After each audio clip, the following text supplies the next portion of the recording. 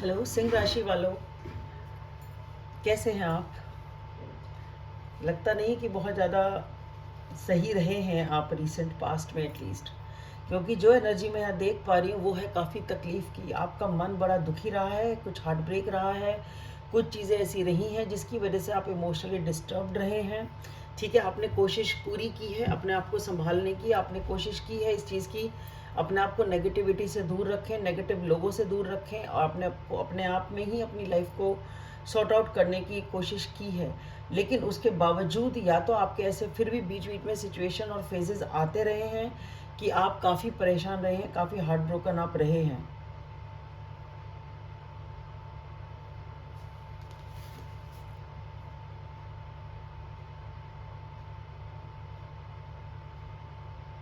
कुछ लोगों के लिए न जाने क्यों ऐसा क्यों लग रहा है मुझे कि या तो आप किसी फीमेल पर्सन से ही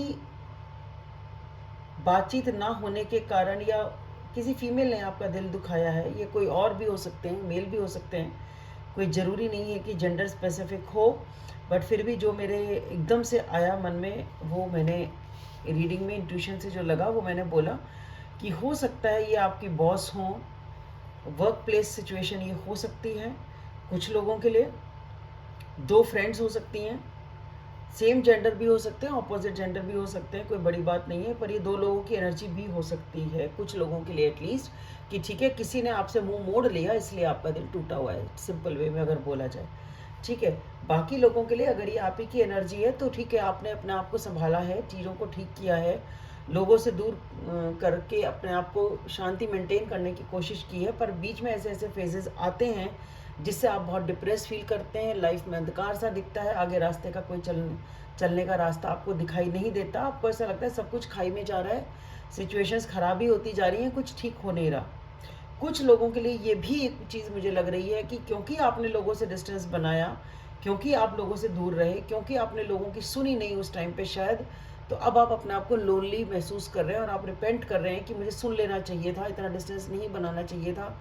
अगर ये कोई स्पेसिफिक पर्सन की बात सुननी थी तो आपने उस टाइम उस पर्सन को इग्नोर कर दिया, बात नहीं सुनी, और अब आपको इस चीज़ का पछतावा है कि भाई मुझे सुन लेती या सुन लेता तो कितना सही रहता। कुछ लोगों के लिए ज़रूर ये ऐसी सिचुएशन हो सकती है, क्योंकि जो ये कार्ड है आगे कि उनमें ये चीज़ भी है कि कुछ लोगों के लिए मैरिज कमिटमेंट वाली सिचुएशन भी थी, कुछ लोगों के लिए कोई यहाँ पे एक सीख है, कुछ लोगों के लिए यहाँ पे एक सीख है, कुछ लोगों के लिए कि जो इस स्थिति में है, जो तकलीफ़ में है, आपको यहाँ पे एक गाइडेंस चाहिए, कोई मेंटोर चाहिए, कोई टीचर चाहिए, कोई ऐसा व्यक्ति चाहिए जो आपको गाइड कर दे इस सिचुएशन में, भले ही वो एक टैरो रीडिंग की क्यों ना हो। कुछ लोग जन्मपत्री में जाएंगे, कुछ पूजा में जाएंगे, कोई अपने घर परिवार में, दोस्तों में किसी ऐसे पर्सन से बात करते हैं ऐसी सिचुएशन में निकलने के लिए जो उनको सहारा दें सिचुएशन से निकलने के लिए। ठीक है, तो ये इस टाइप की एनर्जी है जिसमें आपको मदद की ज़रूरत है इस सिचुएशन में, आपको संभालने के लिए, आपको कुछ गाइडेंस दे, आपको कुछ सद्बुद्धि दे और आपको समझाए या आपको एटलीस्ट हेल्प करे।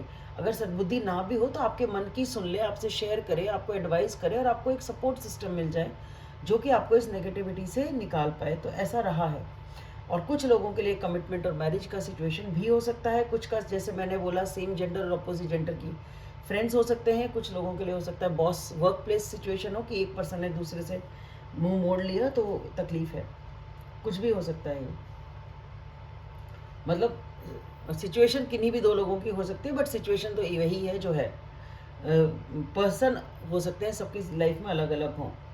प्रेजेंट में भी आपकी जो सिचुएशन है वो ऐसी है कि आपको क्लैरिटी नहीं है, आपको समझ में नहीं आ रहा कि क्या चीज़ कैसे होगी, आगे क्या होगा, और आप अपने आप को भावनात्मक रूप से काफ़ी लो फील करते हो, डिप्रेस सा फील करते हो। आपको समझ नहीं आता कि बार बार ऐसा क्यों होता है, कि बार बार आपको ऐसा लगता है कि मैं परेशान हूँ, दुखी हूँ, ड्राउन कर जाते हो, आप अपने इमोशंस में डूब जाते हो, दुखी हो जाते हो, बट आप मेहनत कर रहे हो, ये एक प्लस पॉइंट है।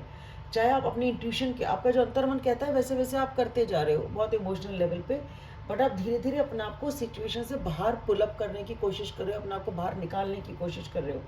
ठीक है, आप जब अपने आप को इस चीज़ से धीरे धीरे धीरे धीरे कर बाहर निकालते हो तो आप स्टेबिलिटी की तरफ मूव करते चलते हो आपका मन स्थिर होता है, आपकी चीज़ें स्थिर होती हैं, आपकी लाइफ स्थिर होती है।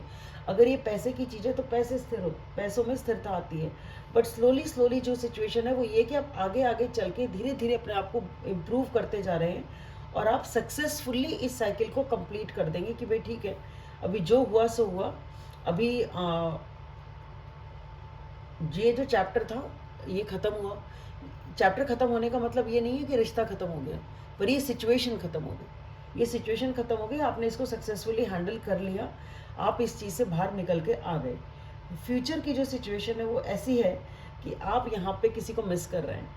ये पर्सन है ये आपके लिए अगेन लॉयल फ्रेंड है, ये सेम भी हो सकते हैं, कोई और भी हो सकते हैं, पर यहाँ पे एक सपोर्ट है, प्यार है, इमोशंस हैं, आप मिस कर रहे हैं। इस पर्सन के साथ आपकी हिस्ट्री है, ये कोई नए पर्सन नहीं है फ्यूचर में जिनसे आप मिलने जा रहे हैं। तो हो सकता है इस साइकिल को कंप्लीट करने के बाद आप किसी ऐसे पर्सन से मिलें जो एक्चुअली आपको लगता है कि आप उनसे इमोशनली कनेक्ट करते हैं। ज़्यादातर लोगों के लिए मुझे ये कोई और ही पर्सन लग रहे हैं, ये नहीं लग रहे हैं, ठीक है।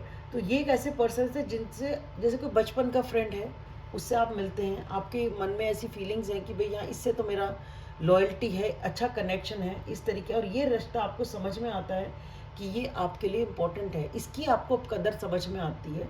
अब आप ऐसे पर्सन से जब मिलते हैं जो और ऐसी सिचुएशन के बाद, तो आपको उसकी कदर भी समझ में आती है, इम्पोर्टेंस समझ में आती है, आप उसे रिश्ते को रखना चाहते हैं संजो के, जो कि आप कर रहे हैं, और अब आप उस चीज़ में सक्सेस चाहते हैं।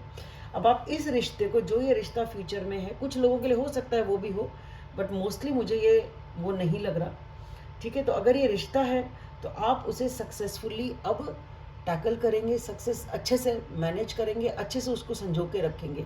अगर ये कोई और सिचुएशन ऐसी है, अपनी ही लाइफ की कोई रिश्ता नहीं है, आपकी ही लाइफ की कोई पास्ट का कोई शौक है, पास्ट की कोई चीज़ है जो आप कभी करना चाहते थे, पुरानी कोई जॉब हो सकती है कि ठीक है मैं तो पुरानी जॉब पे ही चले जाऊँ, वही ठीक है, ठीक है। या मेरी तो ये शौक था, रीडिंग का शौक था, मुझे तो रीडिंग कर लूँ तो वो अच्छा है। तो कोई भी चीज़ पुरानी है जो आपको संतुष्टि देगी, इमोशनल सेटिस्फैक्शन देगी, और अब आप उस पर फोकस करेंगे, उसको तवज्जो देंगे और उसमें ही सक्सेस आप चाहेंगे। क्योंकि डेफिनेटली यहाँ पे एक 3 मेजर अरकानाज हैं यहाँ पे। एक सिचुएशन तो डेफिनेटली एंड हो रही है, ज़्यादातर लोगों के लिए वो सिचुएशन एंड होगी, ब्रांड न्यू बिगनिंग होगी, और यहाँ पे आपको उम्मीद, हीलिंग, होप, आपकी प्रार्थनाओं की जो कहती है ना मनोकामनाएं पूरी होंगी, आपकी प्रार्थनाएं सुनी जाएंगी। ये एक ऐसी सिचुएशन है। तो एक सिचुएशन एंड हो रही है, दूसरी आ रही है जो कि बहुत अच्छी है।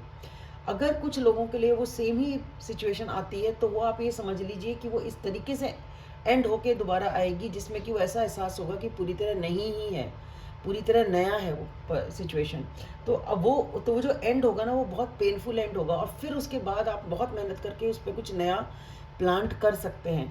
इसीलिए मुझे जो वाइब है वो ज़्यादातर लोगों के लिए तो सेम नहीं है, दूसरी ही है, बट स्टिल सबके लिए रीडिंग अलग अलग हो सकती है। जनरल रीडिंग है, कोई पर्सनल रीडिंग तो है नहीं। तो आप जैसे भी आपके साथ रेजोनेट होती है वैसे आप इसको लें, बट हाँ एनर्जीज़ का आप ध्यान रखें, जो भी गाइडेंस आपको समझ में आए आप उसे लें। और उम्मीद करती हूँ आपको ये वीडियो पसंद आएगा, और थैंक यू। और कमेंट्स करें, लाइक करें, सब्सक्राइब करें और शेयर करें। Thank you.